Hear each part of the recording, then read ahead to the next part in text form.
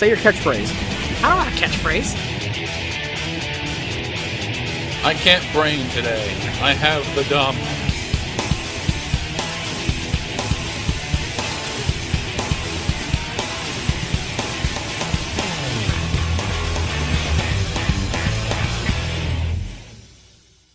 Hi, I'm Frank. This is Ray. We're eating again. Last week we did the 25-layer challenge in which we all succeeded. Some of us more than others. And this week I'm stepping it up with the 30-layer challenge. So I'm pretty much just going to be eating. This is Ray's from now on. So.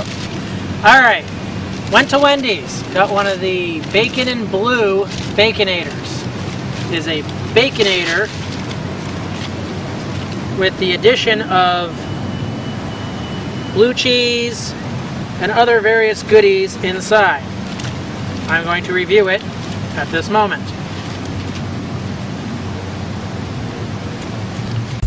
This is a good burger. It's got a pepper mayo in it,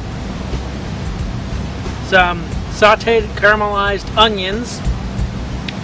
The blue cheese is there, but it's not overpowering. The bacon's a nice touch. And of course it's Wendy's, so you know the burger's good. I had to specifically ask for tomatoes because they're doing that tomato shortage thing, but the tomatoes are fine as well. This is definitely a good burger.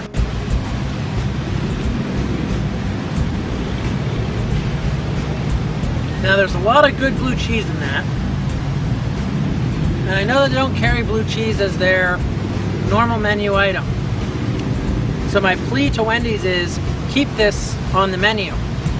They will need to find some other things to do with the blue cheese in order to rationalize having the blue cheese in the building.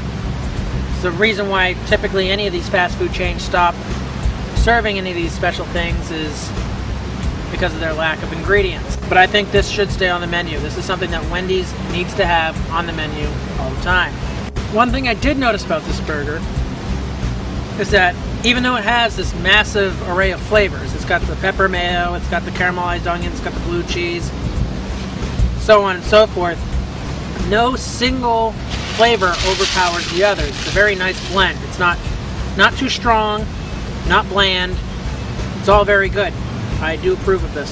I will beg, I am begging you, Wendy's, keep this on the menu. This is good. Good job, Wendy's. Taking this off the menu? Bad. Bad idea. Don't do it. Don't do it. No.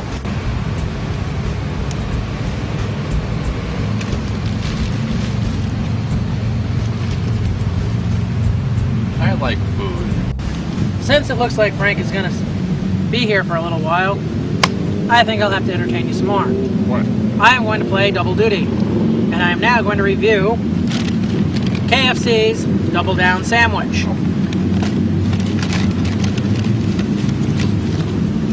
Now I'm not going to lie to you. I have had one of these before. And I did have a couple of issues with it. Cardboard container.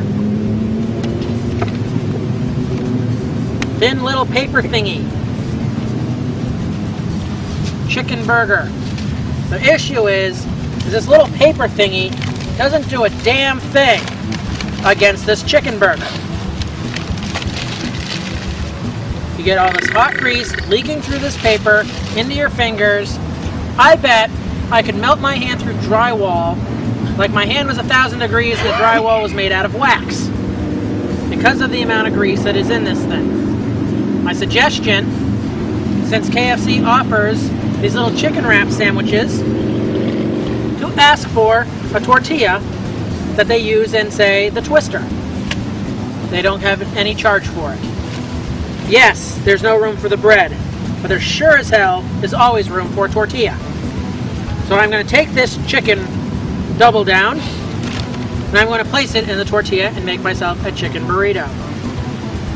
Now, you will notice that this thing has one side grilled, one side original. You can do that. They typically say, do you want it in original, do you want it in crispy? You can say, I want both, and they will do it. You will also notice there is this pepper mayo stuff in this as well. some jack cheese, and some bacon. And as you can see, because it does not have a bit bread, my fingers, as you can see, are already greasier than the average teenager's forehead. Problem with that, you got fried chicken, the skin's coming off, it's peeling, it's not a good thing. It really isn't. So I am going to circumvent the situation as so. Initial bite. As you can see, I got most of the regular recipe chicken in that. That's good. All them herbs and spices are in there. It's actually surprisingly very salty. Typically, KFC is fairly salty. When you get their chicken tenders, you get regular fried chicken recipe, whatever. It's typically pretty salty, but I'm actually detecting a bit more salt in this than average. It is still plenty edible, but I think it makes it a little less enjoyable. By this point, I have had a chance to bite completely through the entire substance of the sandwich. But what I have noticed is, yes, there are several strips of bacon in here. I don't notice them at all. There may as well be no bacon in this sandwich, if you can call it a sandwich. I do taste the pepper mayo. I may be tasting the pepper jack cheese, but I do not entirely taste the cheese. My opinion is, they should have done with this, probably saved them some money, probably saved us some money. These things are freaking expensive too. You're paying $6 a sandwich here. And that's about twice as much as I would want to put into a average burger meal. The bacon, the cheese, a little bit of an overkill. You don't taste it, may as well not be there at all. If they wanted to do this right, they would have originally had the 2 pieces of chicken, a slice of cheese, maybe some other condiment in there, maybe some lettuce, maybe some tomato, whatever, and then put it in a soft tortilla, and you could literally eat it like, say, a taco. The fact that it doesn't have any source of bread is not a good idea. You know, especially if you get it right off the grill, you know, because then it's piping hot, full of grease. You're holding this hot, greasy piece of chicken in a thin piece of wax paper. Bad idea. The best option is to obviously go with the tortilla. Now, I have noticed that the grilled chicken is actually a little dry today. But some other issue with KFC is occasionally you get a hit or miss.